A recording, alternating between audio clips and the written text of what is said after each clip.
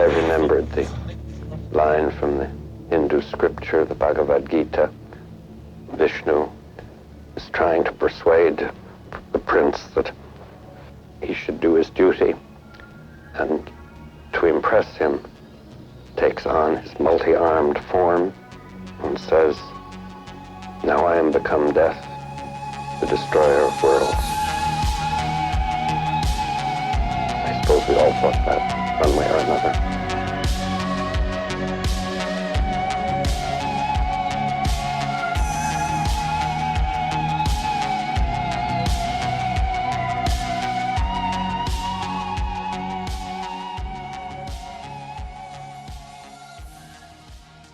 Hello and welcome to the third episode of The Return of the Repressed and our mini-series about Jonestown. I'm your host, Marcus. In the last episode, we managed to get through the zero-level discourse of the master and saw how Jones rose to the father's seat. Then we started to look at the story which made sure he stayed there. We didn't quite finish with the university discourse though. Our analysis of the reproduction of knowledge about the mythology of the temple ended with the healing. In this episode, we shall go on to say some things about faith and belief. It's Easter, at least at the time of this recording. That time of the year when we celebrate a man's certain walk towards his own execution. Suicide, murder, sacrifice, take your pick, depending on domination. And as he makes his final gesture, in spite of the repressive and ideological apparatus of the Roman Empire and its affiliates, we might wonder what was going through his people's mind.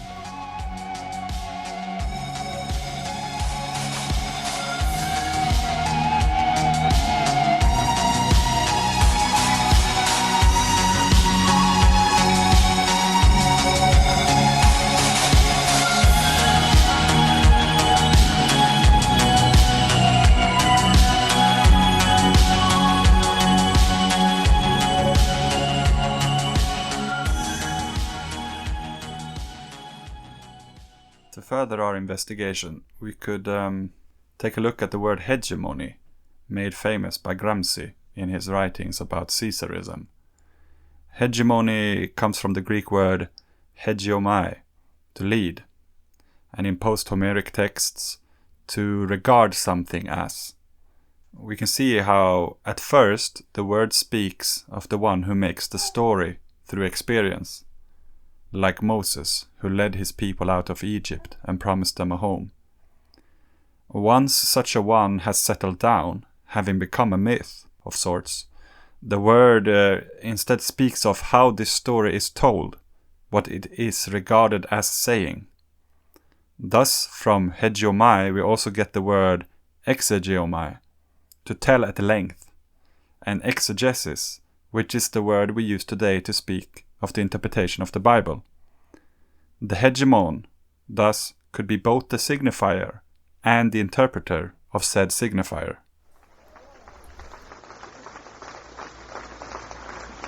I don't know how you ever believed that bullshit. You used to sing manna from heaven dropping out for Moses, and yet that prick, if manna fell down to feed the fuckers, it looks like that God up there could have dropped a fucking compass or a road map that kept them from being lost for 40 fucking years and only 40 miles. The fuckers were lost 40 years and 40 goddamn miles. You're only talking 40 miles to get across there to that goddamn sea, and the sons of bitches were going around in 40-mile area for 40 years. And then you tell me that there's some God dropped manna. Prick. Ain't nobody drops no manna. We have to make our fucking manna, honey. According to eyewitnesses, as Jones sporadically and with increasing frequency lost his charisma during the last year, he tried to take control over the university discourse. He would broadcast for hours on end over the Jonestown sound system. And I guess by now you might be wondering why people stayed through all this. Things had been good before Jones arrived, and Jones had been good before he arrived. And now all he is doing is talking about how bad things are and how much worse they are going to get. To explain this, it might be helpful to look at the peculiar character of capitalism as a machine of drives. What is peculiar is that it does not see crisis as an obstacle, even though its subjects of desire might be devastated over a, let's say, failed tulip crop. Only through crisis can it revolutionize itself and centralize its monopoly of power and knowledge, when those less in crisis assume the economic burden of those in more crisis by buying their assets in a good deal. The drive of the machine gains its satisfaction through vampirically feeding off the satisfaction of the desire associated with its agents. As the Lacanian Suzanne Bernard puts it, quote, "While desire is born of and sustained by a constitutive lack, drive emerges in relation to a constitutive surplus. This surplus is what Lacan calls the subject's anatomical complement, an excessive, unreal remainder that produces an ever-present jouissance." End of quote. To clarify, what I'm getting at here is that drives have something to do with faith, which is here associated with an anatomical complement. That is the collective social body, the Holy Ghost, if you like, as an apparatus producing pleasure in pain. That is jouissance. This stands in opposition to make-believe, which has something to do with desire, born out of a lack rather than surplus. To explain this further, let's take another theoretician. Peter Sloterdijk writes the following on the relationship between faith and language. What is usually termed faith is another word for a pre-linguistically established trust in language. This grows exclusively in the hothouse of successful communions. Whoever lives in it constantly witnesses the advantage of speaking and of listening to the spoken.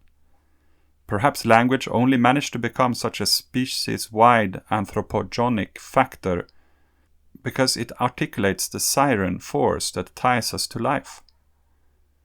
What would be a more powerful advertisement for human life than passing on the advantage of being able to speak to the speechless who are on the way to language?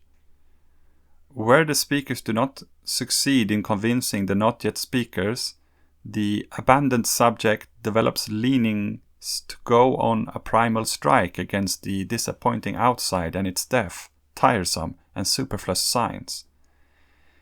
The ungreeted, unseduced, and unenlived are, rightly one is inclined to say, agnostic towards language and cynical about the idea of communion. They do not move in the house of being in the first place. For them, language remains the epitome of counterfeit money. Communication is nothing but the forger's attempt to bring their own duds into circulation along with all the others. End of quote.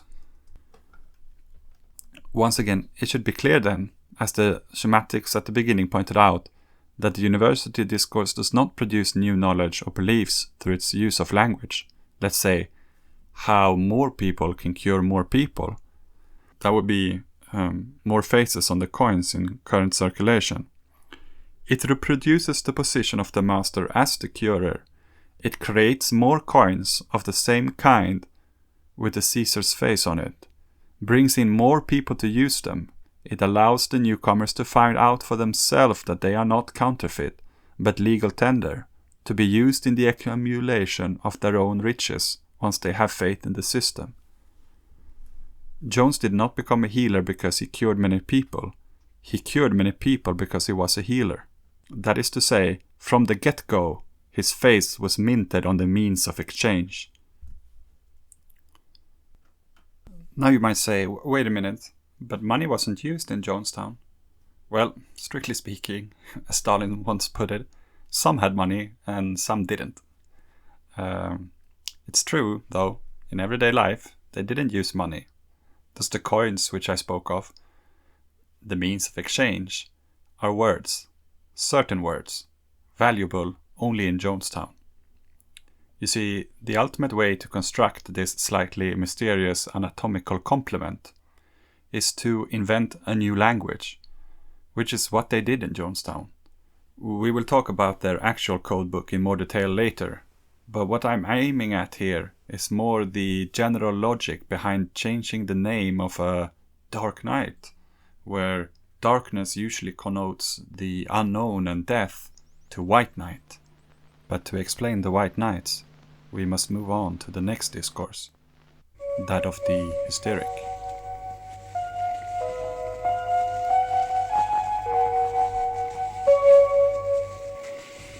Уважаемые товарищи депутаты, перед нынешней сессией Верховного Совета стоит задача в полном смысле слова историческая – принять новую Конституцию Союза Советских Социалистических Республик.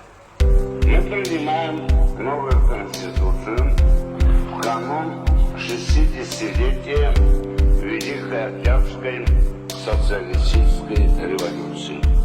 Это не просто совпадение во времени двух крупнейших событий в жизни страны.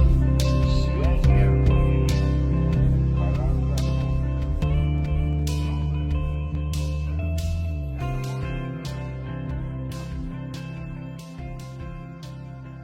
We have now arrived at the hysteric discourse, the first discourse to indicate symptoms, embodying and revealing resistance to the prevailing master discourse and his university discourse.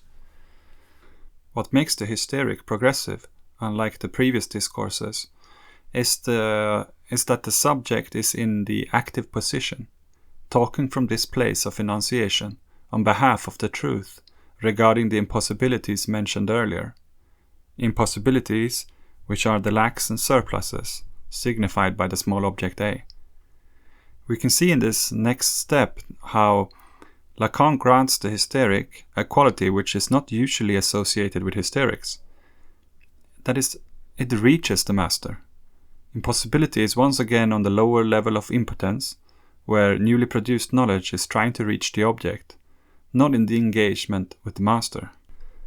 So let's suppose a black female worker as the subject, who for the first time confronts the white ruling patriarchal authority of capitalism, the master signifier, demanding her rights by wildcat striking. What follows is probably a retaliation from the repressive state apparatus and police racism, that is, the small object A, which is revealed for what it is, and thus new knowledge is produced. So the problem for the hysteric is that such a one tells a truth, but it is in the guise of, or it is assumed to be, a lie. Thus the newly produced knowledge tries to reach the object of desire through impotence, and object A comes to signify either an exaggeration for the non-hysteric or an insufficient way of not being able to describe the horror experienced by the hysteric. The ambivalence regarding the surplus or the lack might be covered up by a collective ritual, which serves to obfuscate an analysis and the inevitable polarization of some things as being truly a lie or a lie about the truth. Or in other words, to avoid that the contradiction between those who think that things have gone too far and those who think that not enough has been done reaches antagonistic levels. That is to say, we are assuming that the hysteric discourse is what created the various layers within people's temple. Every time there was a hysteric break, there is also a return. Some left, some stayed the same, and some had to reconstruct the symbolic order within the community, necessarily creating another dimension to the reproductive circular motion around the object cause of desire, created by the master in the first zero-level discourse. To give a general example, this is how abusive relationships are prolonged and the violence is gradually increased, also popularly known as gaslighting. There are hysteric breaks as a reaction to an unethical gesture within the inconsistency of the university discourse. Let's say the impotent, usually male, subject cannot mansplain a particular repetition, for example the question, "Why do you love me? What's our future going to be like?" and so on, If the master cannot face the anxiety associated with the over-proximity of the desire of the other, if it disrupts his cognitive mapping of the situation, he retorts to violence.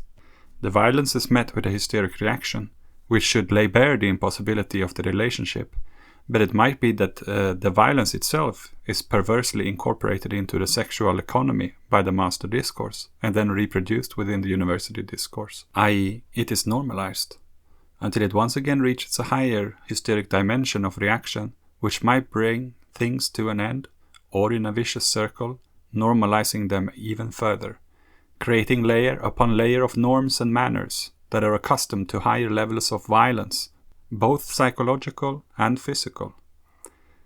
These hysteric breaks, when things are about to move to the next level, are often exploited and ritualized, and become, to further explain a concept from the list of the investigation's question, quilting points that bind the group together. In Totem and Taboo, Freud suggests that this pattern of ritualizing the hysterical breaks is what gave rise to the first totem in early human mythological development. Phallic symbols were erected in matter to quilt the point of ambivalence regarding the murder or symbolic impotence of the original parent. Freud also suggests that, quote, no neurotic harbors thoughts of suicide, which are not murderous impulses against others redirected upon himself, end of quote. And I only mentioned this double negation, which you might have to write down if you fully want to get it, because underneath this lengthy abstraction lies the ultimate example in modern American history of a ritualized obfuscation of the hysterical truths. Some of you might have guessed that we are trying to understand the White Knights. At this stage, though we've come through every white night, and I found a way through every white night, a white day or whatever, I don't think we should think in those terms. I think we should use our practical wit. We should depend upon it. We got this matter with the Attorney General, which I'm sure I can resolve, but it's a serious situation. If we put our wits together, anything can be resolved. But we're going to have to use our wit, and a lot of it, and that doesn't mean that we someplace won't face death. Griffith reared her child, Mother Griffith reared her child from baby. Her daughter's a prostitute and dope pushing. All these people are in crime, or they're involved in Trotskyite violent terrorist plans. Some of them made ammunition, like Jim Cobb, Mike Cartmel. They made ammunition, and we're going to blow up. I've forgotten one of them. They were going to blow up one building in what was some of the shit they were going to do. They're going to blow up a dam, but they was going to blow up something in locally in Masonite. They're going to blow up Masonite Corporation for whatever hell I wandered onto it. Some of it, no doubt, one of these people probably been provocateur. You have to be crazy to talk about blowing up Masonite. Masonite doesn't have anything to do with capitalism. So somebody in this mess is a provocateur. I'm sure Roller, being formerly her CIA connection, would no, it don't make a goddamn bit of sense. You don't go blowing up a Masonite company. What they got to do with the war effort? Well, that was what they had in mind, and so we're going to have a news conference here later. If things go along within reason, we'll have a news conference in which all these relatives that are demanded to be returned. Now, you see, legally they can't make anybody go anywhere, except they put so much pressure on this country with no lights and no water and no means of using their generators, and some out of fear would bow. We're in a very difficult situation for a white knight. No use to kid you. We're in a difficult situation because the prime minister is in Russia, and some of his own party is unhappy with him being there. The foreign minister's in Russia. You better wake up now, by God. Because we're going to have to get down to some serious talk. Now, my decision was and is that if I don't resolve the Attorney General situation, which I have always resolved every situation and likely will, but I don't know anything about counting on whatever I can do which I don't understand in the metaphysical. My decision is that I will personally see that John does not suffer or be made a pawn to go back, as we have information that he be deprogrammed and that his mind be taken and used by their evil means and whatever chemicals to try to drain his mind, and that Dana be taken over by a prostitute and a drug pusher. I will take care of those two. Then I will go out through the jungle if the rest of you decide to stay, and I will go and take care of some of these enemies. I'll slip through and then die someplace. If I don't, I've got some connections in Central America. I won't mention here, but I can get some dictator along the way, or I can go on in the United States, and I'm sure I can get that and get somebody. Get somebodies. Now, that's what you have to decide what you're going to do. I made up my decision. I live with death every goddamn day. You can't live with life unless you live with death. The only reason I've guaranteed you the life you have to this moment is because I've lived with death every day. And face it as a reality. Anybody that says they're revolutionary and believes, even if you believe in nothing more than maintaining and saving your own children, if you're not prepared to die for your children, you will not stand up for your children. At some point, you will sacrifice your children. You have to make that commitment. If it's for a companion or for children, then it should be for children. Companions ought to be able to take care of themselves. But every parent should say, I will die for my children. And you all said that. You've heard it said. Nobody gets excited about that. They don't call you crazy for that. Well, I'm saying I will die for all the children of the world. I will die for this communist collective, and I will die for principle. And I'd say it every day if I get lucky enough to go to bed, which I didn't last night because shit was breaking in San Francisco. I had all kinds of shit. In case of personal shit real early in the morning, also late, almost dawn. So I had, I mean local shit.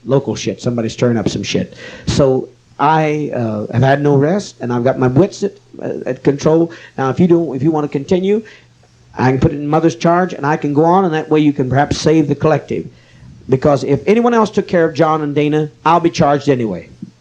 They'll make me, and the attorney knows that, I'll be the one that'll be charged with conspiracy, and the heat will come on you. And I do not intend to let them take these two children. I do not. Now, they cannot by law, and if Guyana is able to withstand them, and if the Russians can get through quickly enough with enough support, there's no way they can take them by law.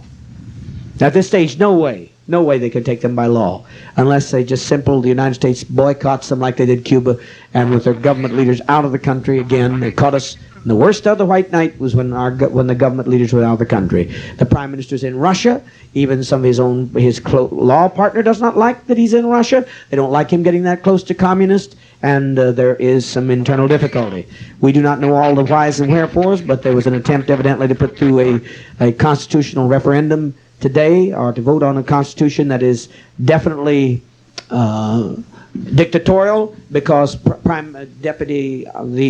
former Prime Minister Jagan, head of the PPP, the Progressive People's Party, walked out. He not only walked out, he threw his parliamentary desk over and tore his papers off of the desk and slammed them down on the floor and stomped out. Said he would not be a part of any kind of a fascist constitutional move. So I don't know what the hell's going on right now. At this point, I can't tell you. And I'm beyond the point of crying. I've gone through that hell, cried and went around and hugged each of you. I'm beyond that point. I'll hug you if it comes to that point. If I leave or you stay, whatever in the hell. But now we're going to have to get down to the situation of deciding what the hell we're going to do. Now, what is being discussed so far during this white night is the internal politics of Guyana and a possible split in the ruling party over its policy towards the Jonestown agricultural project. Mixed in with this problem is one of the major issues for the commune, that of the so-called concerned relatives, which I mentioned briefly in the first episode introduction, which is an organization founded by a possible government infiltrator and the former right hand of Jim Jones, namely Timothy Stowen, who is trying to bleed out the commune economically with lawsuits and media pressure. Then there is the issue of a beckoning ultra-leftist faction within the commune, a left brigade which, just like its contemporary counterparts, i.e. Brigate Rose in Italy or the Rote Armee-Fraktion in Germany or the Nihon Sekigun in Japan, wants to radicalize its relationship or anti-relationship with the military complex of capitalism. For context, I think all of these three mentioned groups have by now been labeled terrorist organizations by the USA and other imperialist countries. I will continue to explore all of these pressing topics in the coming final episodes, but for now, as this white night, probably recorded in April in 1978, progresses, and it becomes clear that none of the issues can't really be dealt with by the community itself. There is a sort of a shift of focus towards a Americanized, if you like, Maoist struggle session involving two young people who have been having some relationship problems, which in turn have started to involve too many of the other people in the community. Janice, I want to say to you, you're lying. Laura's was she gonna make a statement? Lois is gonna make a statement? Lois is articulate, but I don't. Why can't that girl? Well, I guess she has to. She's underage. Huh? Okay. Well, Lois is articulate. She can speak. I just don't want to answer no questions. None of goddamn. I don't want none of answer the son of a bitchin' questions. But I want you people to speak from your gut. Put that table back out there where I can see it too. Get back off there where I can see it. You hear what I'm saying? Move right out of this section. I want this rehearsed. Goddamn place. I don't know why I fight. I wasn't even beginning to think about crying over myself, but just now in a moment it hits me. I don't know what the fuck it is all about. What the fuck what the fuck some of us beating our asses off night and day, and you people won't even rise above your vaginas and your dicks.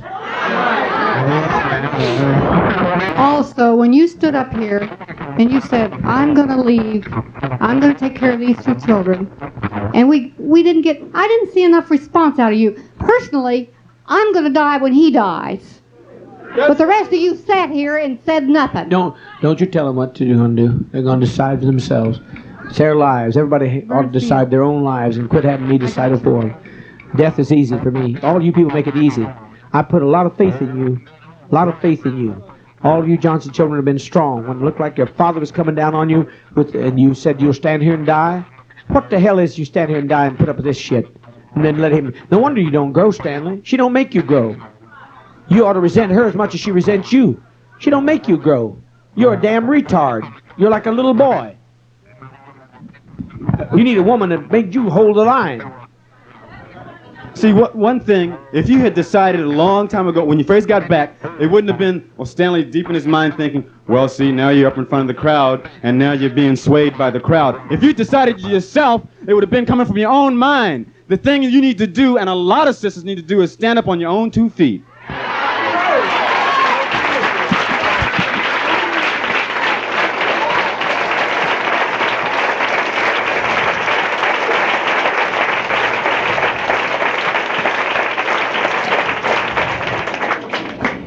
I want to say to you, Janice, you're lying when you say you didn't know that Stanley was dealing in dope, because down over at San Francisco at 6:15, we caught you guys down there dealing in dope, and we called the church, and Jerome, Simon came, and they had that all squished up and never did hit the floor or anything. The thing about this, we were sitting on the porch, and it was Mary Ford.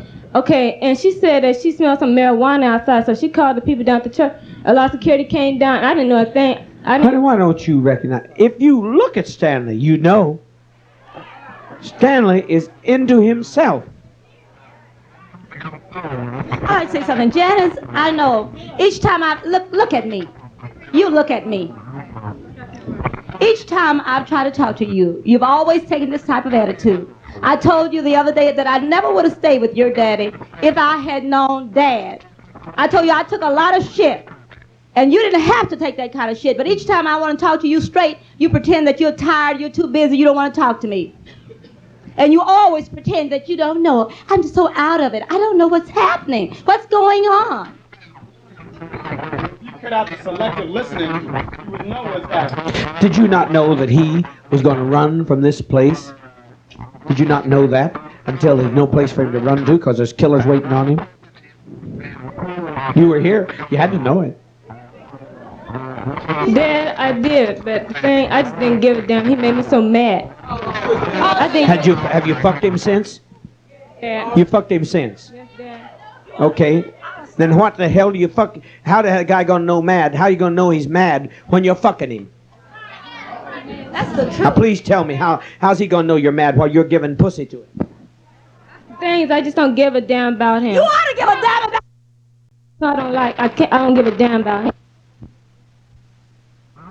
Last night, I was over in my loft. You guys in your loft. He spent about 6 hours talking to you, just talking shit really low. And you must have been listening to the shit he was talking, or you wouldn't have come up and told Dad about the shit you were apologizing for him and you felt sorry for him. Because he must have talked you into it.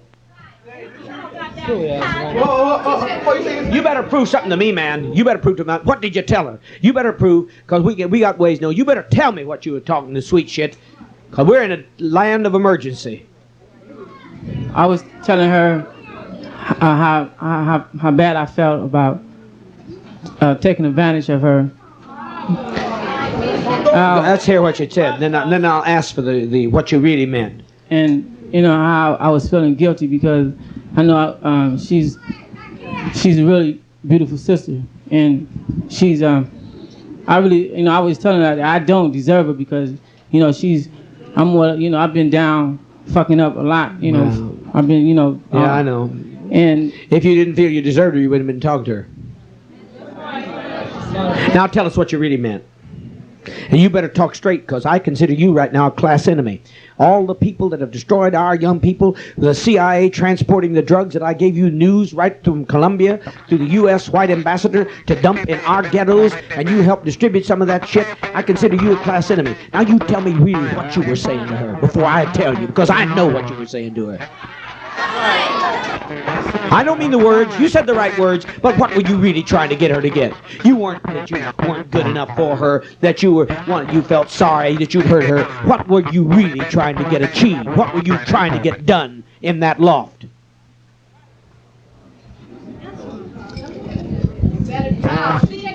You goddamn people that won't look at your minds. If I hadn't looked at mine, where in the hell would this place be? Don't try no fucking games on me. What you were trying to do was to come on with a baby-fied talk and little boy play game and say, I'm sorry, so she won't go with that doctor and you get back in her nookie. Was that not right, sir? Is that not what you were really trying to get done? That's true, Dad. Just plain as a nose on the face, and you're too damn bright not to see what the hell he was doing.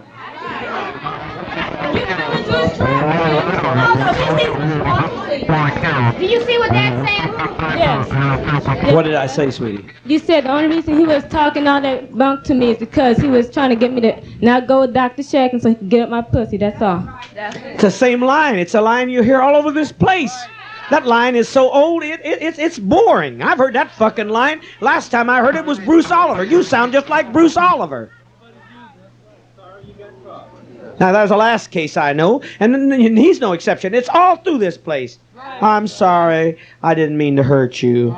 Just so I can get you cooled down, because you consider the woman an emotional animal. And if you get her under control, get her all cooled down, so you can fuck her next time she goes to Georgetown. I know you pricks. Stanley's not the only prick in this town. We ought to cut the pricks off so we could have fried sausage tonight. It'd be better off.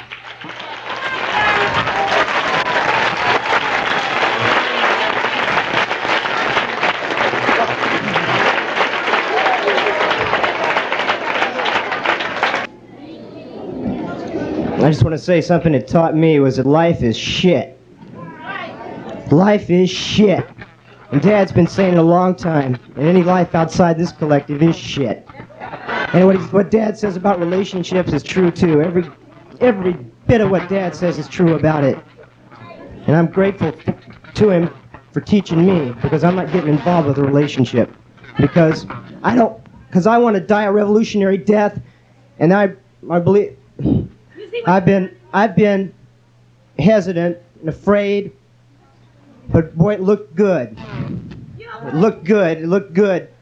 Look at him. You see what you've done to him?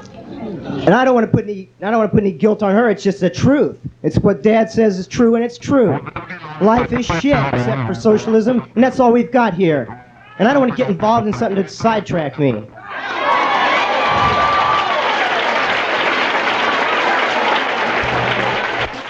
And she should have quit his ass then. And I'm so sick and tired of these women. They run around, they say, if we had an opportunity to be free, we'd get rid of these motherfuckers. They got an opportunity to be free of their ass, and they still come all the way over here to Jonestown. I'm so mad about this shit. They want to be free. They talk that shit. If I could get rid of this sucker, I wouldn't have another man as long as I live. You hear that every day of your life. As soon as they have an opportunity to be free, they worried about who's fucking who. And this girl, it's ridiculous because I've heard Stanley talk to her like a dog every time I ever seen them together. And she just continuously go along with this shit. Well, she doesn't deserve any better than Stanley because a lot of women don't want to even live unless the sucker got their foot up their ass. And if that's what she wants, then he should stick his foot up her ass because she let him do this shit to her the whole time. Work on trying to analyze myself and deal with myself because I know I've been a fuck up. And, but I have a real bad, I mean not real bad, but a problem of hearing and understanding a lot of things, you know, like words. I can't, you know, pick up on words. Like you can say, you know, some words and it'll just get, I'm serious. You know. You understand pussy? Right on. Yeah. That's what I was going to say. If you had looked for to be an excuse, you wouldn't have brought that to that.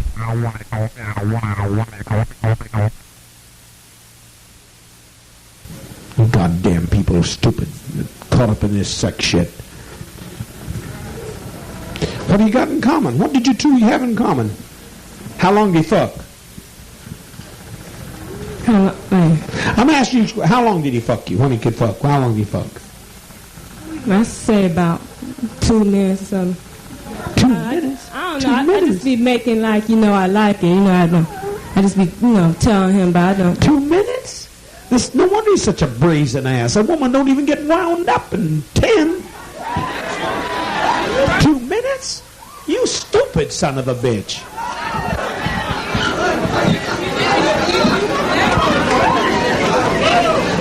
No wonder he's spoiled rotten. Just get it on, huh? What you just heard and what you've been listening to for quite some time now might seem confusing. So I will provide the following explanation from the Jonestown Education Institute. The term white knight has a number of definitions, depending upon the person using the term, mainly Jim Jones, and the circumstances of its use. At its base, though, the term was used to denote a crisis within People's Temple and the possibility of mass death during or as a result of the crisis. While Jones may have described suicide drills and rehearsals in the US as white knights, it wasn't until the mass migration to Jonestown that members of the temple became well acquainted with the concept. The number of white knights in Jonestown again depends upon the definitions and circumstances. Some former members have said there were 2 or 3, and under one definition they are right.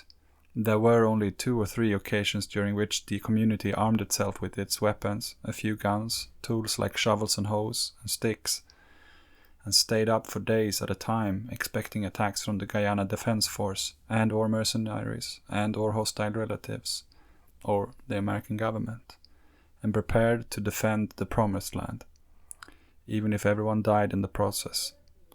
Some former members have said there were about a dozen, and under another definition, they are correct. That was the number of community meetings during which people came forward to the microphone to pledge their willingness to die, that very night, if necessary, for the cause. Others say there were white knights almost every week, and under yet another definition, they are correct. Jones often kept the community up all night to talk about problems and concerns, and invoked the term white knight as a spur to keep the people focused. Finally, others have described a white knight as occurring every time Jones mentioned death during a Jonestown community meeting. While this is yet another definition and gives support to the claim of almost 100 white knights, it is also something which might render the term almost meaningless, since Jones mentioned death, his death, the community's death, the death of an enemy, and the consequences for Jonestown and so on, during nearly every community meeting held in the jungle encampment. Of course, the final day was the ultimate white night, and the historical truth, of course, is that something and some were ruining Jonestown.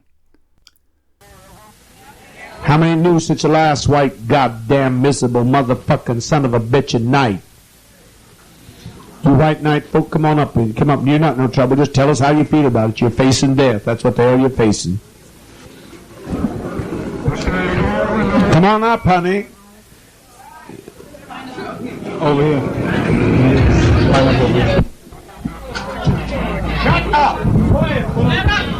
Just be still. Big deal. Funny. White nights are so funny. It's part of our acting program. We went several months without them, but I'll be goddamned if they sure aren't regular lately.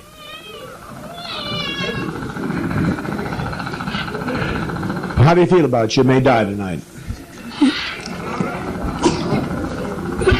Yes, I think we all should die tonight if it's our turn. I'm willing, Father, to stand with you all the way, just like I always have told you 3 years ago. As everything seems and will always be the same. I'm not changing, because I'm a fighter, Father, and you know that. Thank you. That's the point.